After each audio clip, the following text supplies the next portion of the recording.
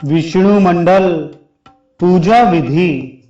ब्रह्मा जी ने कहा, जिस पूजा को करने से लोग परम गति को प्राप्त हो गए हैं, मैं उसी भुक्ति एवं मुक्ति देने में समर्थ श्रेष्ठ पूजा का विधिवत वर्णन करूंगा। व्रती को सर्वप्रथम एक सामान्य पूजा मंडल का निर्माण कर द्वार देश से उसमें पूजा प्रारंभ करनी चाहिए। मंडल के द्वार देश में धाता, विधाता और महानदी गंगा, यमुना की पूजा करनी चाहिए। तदनंतर द्वार देश पर ही श्री, दंड, प्रचंड और वास्तु पुरुष की पूजा कर मध्य भाग में आधार शक्ति, कूर्मदेव एवं अनंत का पूजन करे।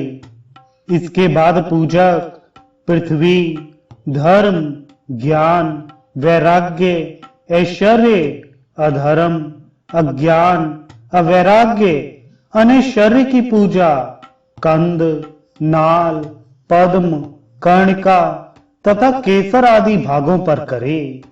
तदनंतर सत्व, रजस और तमस गुणों की पूजा करके उस व्रती को यथाविहित स्थान पर सूर्यादि ग्रह मंडलों की और बिमलादि शक्तियों की भी पूजा करनी चाहिए।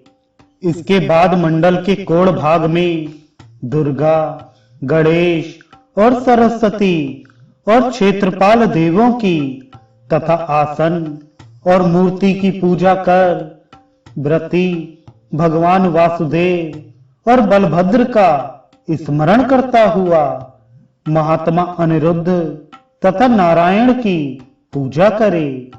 वह उनके हृदय आदि संपूर्ण अंग, शंख, चक्र तथा गदा आदि आयुध की पूजा कर श्री, पुष्टि, गरुण, गुरु और परम गुरु की पूजा करे। तदनंतर उसे इंद्र आदि आठों दिक्पाल की पूजा उनकी ही दिशाओं में करके अधोभाग में नाग तथा ऊर्ध्व भाग में ब्रह्मा की पूजा करनी चाहिए। आगम शास्त्र में निर्दिष्ट विधि के अनुसार विश्वक्सेन देव की पूजा ईशान कोण में करके उस मंडल की पूजा को पूर्ण करना चाहिए। जो मनुष्य इस विधि के अनुसार एक बार भी भगवान विष्णु की पूजा करता है, उस महात्मा का पुनर्जन्म इस संसार में नहीं होता। पुंडरीकाक्ष, गदाधर, भगवान विष्णु एवं ब्रह्मा की पूजा करने से पुनः जन्म नहीं होता।